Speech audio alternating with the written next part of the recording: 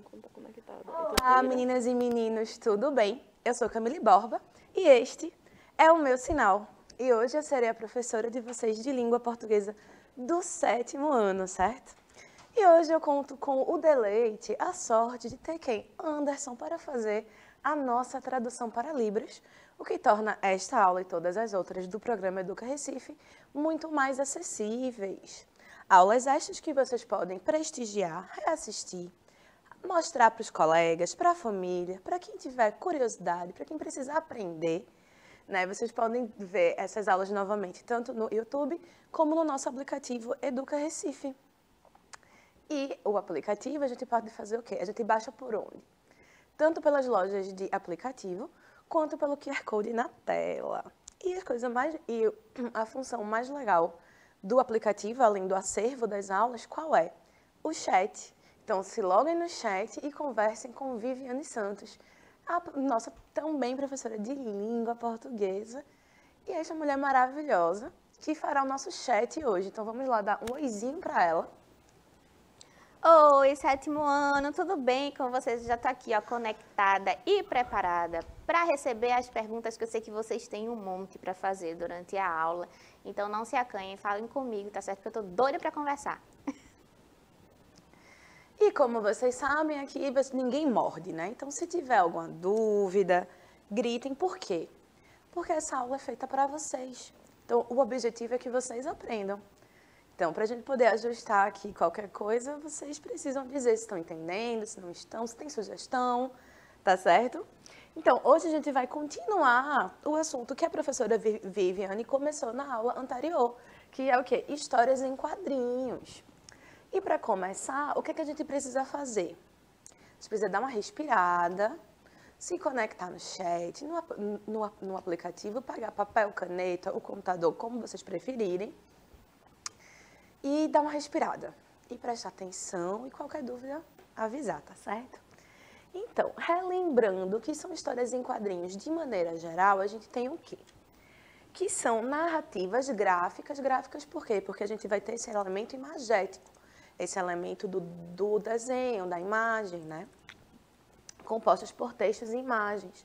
Apresentam diversidades de publicações, contribuindo para uma visão crítica da sociedade e interpretação de contextos atemporais. Então, vamos pensar um pouquinho nisso? Contribui com uma visão crítica, por quê? Porque é um gênero textual que é produzido socialmente. Então, ela também vai refletir esse contexto histórico, vai refletir o que está acontecendo, né?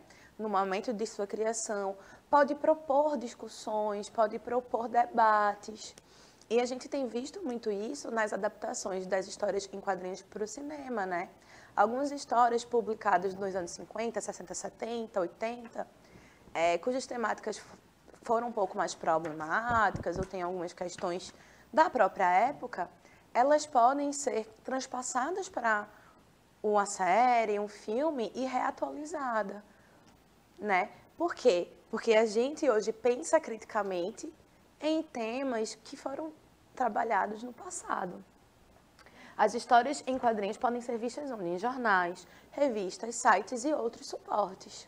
Por exemplo, a gente tem hoje em dia aplicativos digitais que funcionam como uma biblioteca de quadrinhos. Então, você pode pagar uma mensalidade e ler quadrinhos diversos, de diversas épocas, lugares do mundo.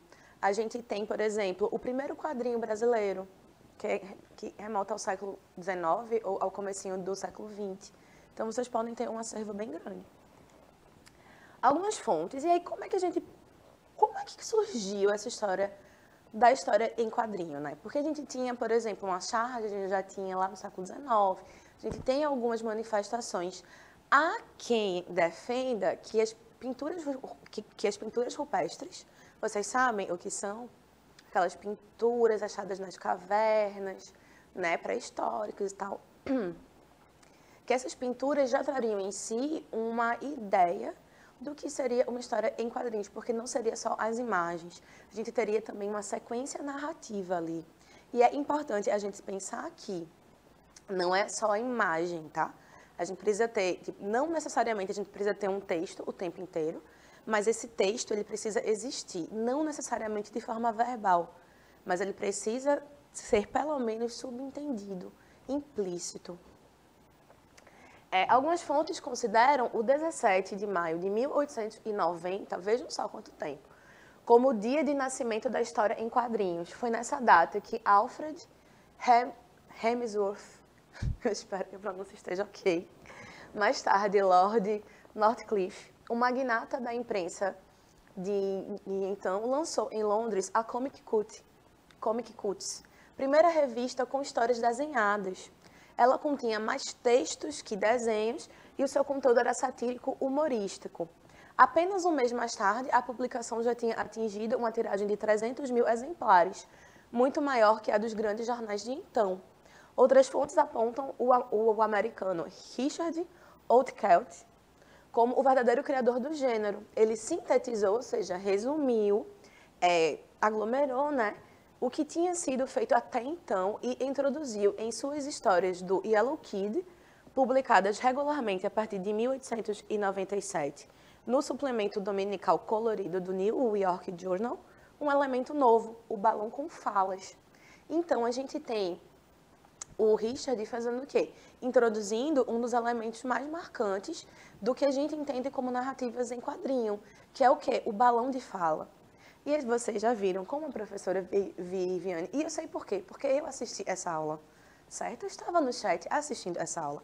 A gente já viu o quê? Que os balões, eles têm formatos diferentes para indicar a entonação, a intenção. Por quê? Porque quando a gente fala, a gente tem essas marcações orais, mas no texto a gente precisa de um suporte, né? E, bem, no entanto, a criação das histórias em quadrinhos foi intensificada no início do século XX, e elas se dedicavam apenas ao humor e à comicidade. No final da década de 30, surgiram as primeiras histórias de aventuras e o primeiro super-herói, o Superman. Após a Segunda Guerra Mundial, o surgimento de outros personagens foi otimizado, como Capitão América, Mulher Maravilha e Batman, todos transformados em símbolos do nacionalismo norte-americano. Então vejam como foi importante essa criação de personagens pós-Segunda Guerra para consolidar uma identidade nacional, uma identidade norte-americana. A gente pode ver que o Capitão América, a Mulher Maravilha, eles encarnam a América, né? Eles encarnam o ideal norte-americano, eles trazem em si esse discurso de superação, de supremacia, no sentido de ter um símbolo, um super-herói, um super-humano, que não é humano, né? Uma pessoa com poderes, com superpoderes que simboliza a América. Então, a América é superpoderosa. Entendem? E aí, antes de eu trazer uma curiosidade, professora Vivi, me conte aí do chat, como estamos? Oi, professora Camille, tá tudo certo. As pessoas estão chegando, a gente teve um pequeno probleminha, voltou, mas agora voltou, tá todo mundo aqui assistindo a aula. Você falou da primeira revista em quadrinhos do Brasil, o nome dela era O Tico Tico, e ela foi publicada em 1905. Ela tinha esse nome, ou seja, no comecinho aí do século XX, né? Ela tinha esse nome baseado no pássaro do mesmo nome, que era meio agitadinho, então ele serviu de inspiração para a composição da revista em quadrinho, da primeira revista em quadrinho brasileira, tá certo? Eu perguntei aqui aos meninos se eles gostam de super-heróis, você estava falando aqui, até o momento ninguém falou nada, mas olha, eu adoro super-heróis, sou suspeita para falar, né, consumo bastante, não somente as histórias, mas também os filmes. E tem uma curiosidade, porque os gêneros conversam, né, um com o outro, eu consumo muita história em quadrinho, muita história de super-herói, mas em formato de romance, professora. Não em formato de histórias em quadrinhos, que é o comum mundo afora, né? Primeiro a gente começa a criancinha lendo as histórias em quadrinhos e depois a gente passa para outros gêneros literários, isso é o comum. Exatamente, porque também a gente tem o que agora? Uma leva de adaptações. Eu ia, inclusive, trazer uma, mas eu esqueci, de uma adaptação de um romance de Machado de Assis, Helena, para mangá. Então, acho que, na verdade, próxima aula, eu vou pegar um comecinho da aula para trazer esses elementos materiais para vocês, né? E sobre a primeira história em quadrinhos, professora Vivi, eu vi isso também. E há outras fontes que trazem uma outra ainda anterior. Mas a gente vai ver isso mais para o final da aula, porque Viviane foi o quê? Perspicaz. Ela já trouxe elementos da aula aqui na sua fala maravilhosa. Adivinha. Então, adivinhando. Eu trouxe aqui uma curiosidade sobre a censura. Vocês já pensaram que as revistas em quadrinhos, elas tiveram um momento de um código de conduta para poder ser vendida para crianças? Vamos ver. Em meados da década de 50, lembrando, gente, que assim, esse contexto é um contexto norte-americano que a gente percebe como uma cultura que tem uma cultura muito maior de histórias em quadrinhos, como a gente entende de comics, né? No Brasil, a gente tem mais uma questão um pouco diferente, embora a gente tenha diversas publicações de diversos gêneros, né? Mas, em meados da década de 50, porque os Estados Unidos era potência cultural nessa época, né?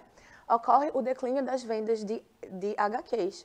E essa situação coincide com a criação do Comics Code Authority, então Código de Censura das HQs, que resumidamente consistia em um selo de aprovação que as histórias em quadrinhos deveriam possuir para circular nas bancas. Ele proibia insinuações sexuais, imagens violentas, histórias de terror e menções à corrupção, entre outros temas. O código não tinha autoridade legal, pois se tratava de uma iniciativa privada. Com essa ideia de controle moral, obteve a aceitação da população na época, e os distribuidores se recusavam a comercializar revistas que não tivessem o CCA estampado em suas capas. E aí, por quê? Por que contribuir com esse selo? Por quê?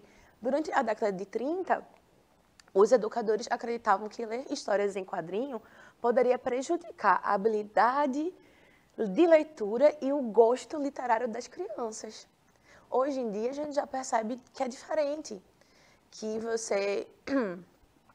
a história em quadrinhos ela pode muito bem servir como uma porta de acesso à leitura, de interesse à leitura. Eu fui praticamente alfabetizada lendo a Turma da Mônica. E acredito que os jovens adultos que foram crianças em meados dos anos 80, 90, também, porque foi um momento em que a Turma da Mônica teve assim, um impacto cultural muito forte que está voltando, né? A gente tem as diversas adaptações, a gente tem os quadrinhos para adultos. Perdão, aqui, me perdi.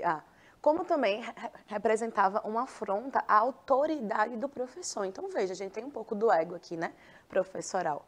Já que as crianças acabavam tendo um poder de escolha do que ler nos momentos de prazer.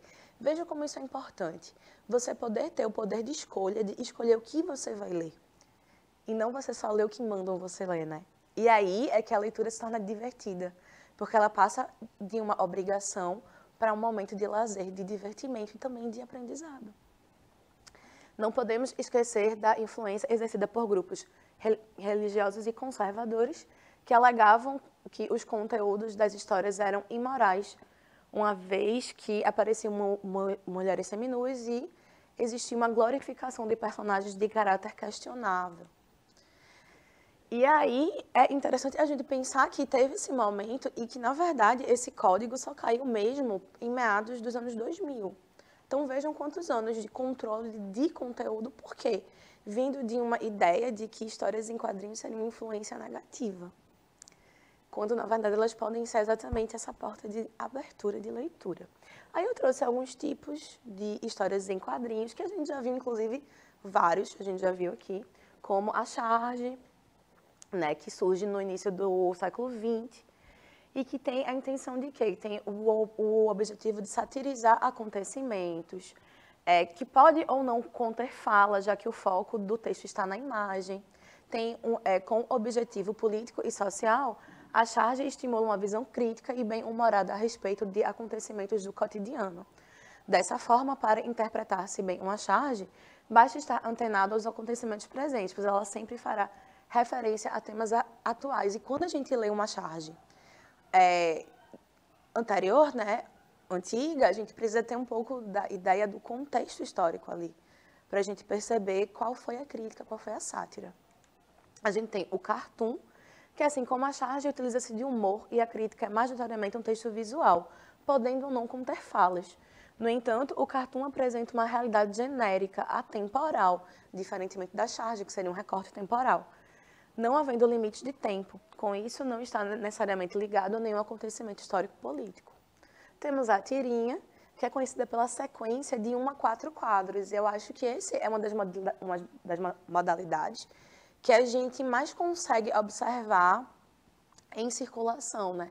Na internet, nos textos didáticos, nos livros didáticos. Por quê? Porque são narrativas curtas, mas que contêm um significado contido ali, obviamente, contém um significado sintetizado ali, que é importante para que a gente exercite essa leitura, essa interpretação do texto. O conteúdo pode abordar assuntos filosóficos, políticos e sociais, ou apenas entretenimento. Quanto ao aspecto da narrativa, a tirinha possui geralmente uma piada curta, trazendo quebra de expectativa.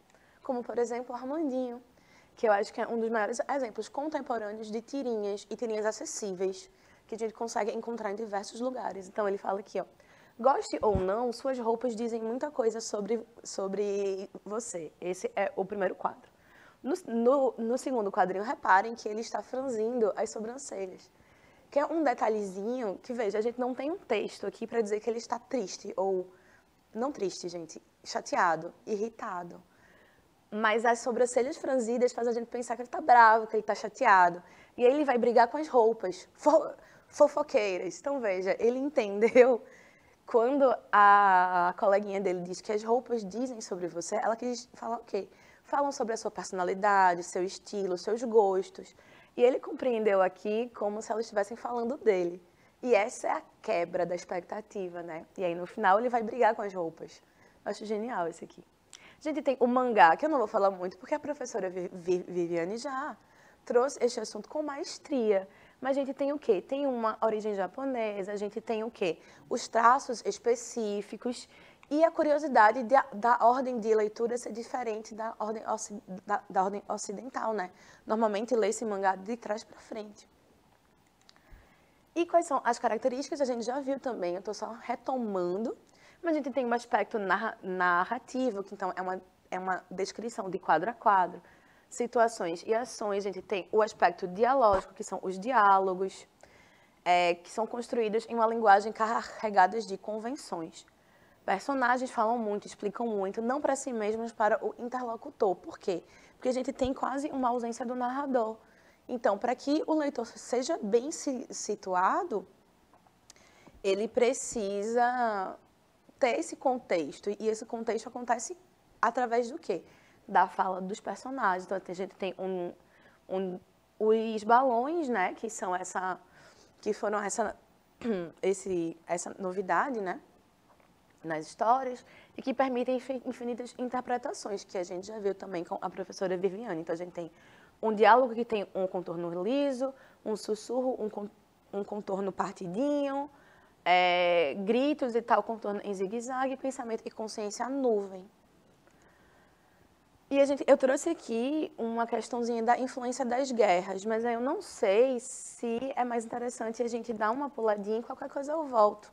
Tá certo? Mas, em suma, isso aqui fala o quê? Do impacto das situações históricas atuais, não atuais, né? Da época, na produção das HQs. Porque, pós-guerra, a gente vai ter uma influência muito grande dessa volta, de se voltar as HQs para um público adulto e não mais para o público infantil. Então, nos anos 50, a gente tem vilões e super-heróis criados. Durante a Guerra Fria, Stan Lee foi um dos artistas que mais se destacou com a criação de personagens como Homem-Aranha, Quarteto Fantástico, Incrível Hulk, Thor, X-Men, entre outros. E a gente tem diversas coisas. Uma curiosidade que eu não trouxe, mas é porque eu ia trazer verbalmente, é o seguinte: vocês sabiam que Stan Lee, ele trabalhou como ilustrador e parte do marketing do grupo político Os Panteras Negras? Porque ele foi convidado por... Eu esqueci, mas enfim, vou contar o resto da história. E aí ele trabalhou com, né, o grupo Panteras Negras e o personagem Pantera Negra tem claramente influência. Por quê? Porque era, e é, né, um movimento político-social de questionamento da falta de liberdade e das opressões das pessoas negras. Então, é um grupo de resistência de direitos civis, né? E aí Stan Lee trabalhou com eles e depois criou um personagem. Então, vejam como os acontecimentos históricos, sociais, eles influenciam absurdamente na criação de novos personagens, de novas narrativas, assim como em todos os gêneros textuais, né? E as histórias em quadrinhos no Brasil, que a gente tem o quê, ó? A gente tem-se esse registro de que Ângelo Agostini, já no século XIX, tem essa primeira história em quadrinhos que trazia uma vertente humorística e narrava a vida de personagens fluminenses e sua relação com a corte portuguesa no Rio de Janeiro. Eu esqueci de colocar o nome da publicação, mas eu trago na próxima aula.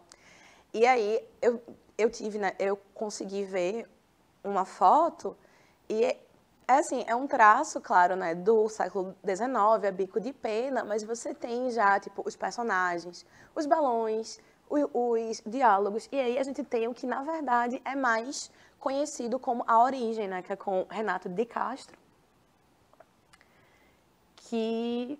Eita, eu pulei, mas que tem exatamente essa revista Tico Tico, que foi aqui a professora Viviane falou, ou seja, ela complementou uma informação que eu editei e tirei, mas é exatamente isso. E a gente tem, nos anos 60, Ziraldo, que aí eu vou dizer que é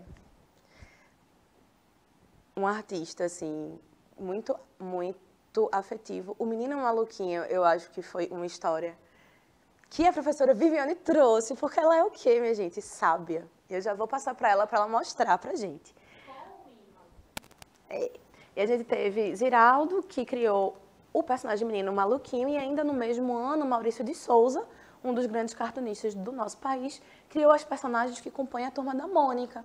Então, a gente tem os anos 60 como esse período de um nascimento, de fato, de história em quadrinhos, de histórias em quadrinhos atemporais, né? Que se seguem até hoje, porque a Turma da Mônica consegue permanecer relevante até hoje. A gente teve o segmento da Turma da Mônica Jovem, que é a Turma da Mônica em estilo mangá. A gente tem os filmes agora, graphic novels adultas. Vamos passar para a professora Viviane, que ela trouxe esta beleza pra gente. Gente, eu trouxe aqui, olha, o livro do Menino Maluquinho para vocês verem, dar uma olhadinha no design, que a gente tanto fala, né, dos designs, de como se dá a organização. Eu não sei se vai dar para ver. Não sei se a nossa câmera consegue um zoom. Não consegue. Não consegue o zoom. Mas aqui a gente consegue ver a disposição dos elementos na página, como se organizam os quadrinhos na sequência, né? Para compor esse gênero narrativo. A gente também tem os diferentes balões que eu tinha falado na aula passada. Aqui no quadrinho, o vizinho, é uma história sobre como os meninos estão fazendo barulhos na vizinhança, né? E aí um dos moradores reage com agonia, ele faz... E aí esse balãozinho que tem esse ele é gritado, ou seja, ele tem aquelas pontinhas que eu tinha falado para vocês. E aqui também a gente tem presença de onomatopeias para simbolizar quando há um som, né, que não consegue ser, que não é descrito na narrativa, mas que a onomatopeia preenche esse espaço de contação do que está acontecendo. Então é bem interessante como o Ziraldo e também como o Maurício de Souza, né, acabaram sendo duas projeções de extrema força aqui no Brasil, né? Se a gente teve os pioneiros lá nos Estados Unidos, como a professora Camille estava falando, o próprio Stan Lee fazendo esse papel muito importante na propagação dos super-heróis, aqui a gente também tem os nossos principais representantes. Para completar, lembra que eu tinha perguntado quais eram os super-heróis favoritos deles? Eles disseram que gostam, sim, de super-herói. O Diogo disse que gosta. O Tiago disse que o super-herói favorito dele é o Hulk. Eu disse que a minha era a Mulher Maravilha. E agora, o Tiago está me dizendo que gosta do Homem-Aranha também. E ele perguntou se o Menino Maluquinho era uma história do Brasil. Sim, o Menino Maluquinho é uma história brasileira, sim, que vale muito a pena conferir, tá certo? Inclusive, muito obrigada, professora Viviane, como sempre, o quê? Abrilhantando esta pobre aula. Sua mulher, minha gente, essa professora é maravilhosa. Sobre Ziraldo também, a gente teve recentemente uma adaptação cinematográfica, uma professora muito maluquinha. E a história é muito legal. E o filme ficou bem bom. Vamos falar rapidinho só das graphic novels, que são essa vertente de um romance gráfico. Então, que é uma história produzida em quadrinhos, estilo que, por sua vez, capta personagens flagrados em atuações, nananã. Mas veja, geralmente a graphic novel é uma história mais longa e mais elaborada. É muito semelhante às obras literárias de prosa. E aí, esse formato, ele se caracteriza por abrigar igualmente narrativas mais densas e complexas. Eu ia trazer Sandman, que é uma graphic novel que eu adoro, mas, de novo, eu esqueci. Mas eu trago também na próxima aula. E há uma incerteza quanto à origem do termo, mas é como se tivesse surgido para se afastar do estigma infantilizado, entre aspas, das HQs, para se firmar como algo mais adulto, mais importante, mais literário, que a gente sabe que, na verdade, todos os gêneros acabam sendo muito válidos, né? E aí, a gente tem um conteúdo mais adulto, histórias mais complexas, arcos narrativos. A própria arte também costuma ser um pouco mais complexa, mais escura, dependendo do tema.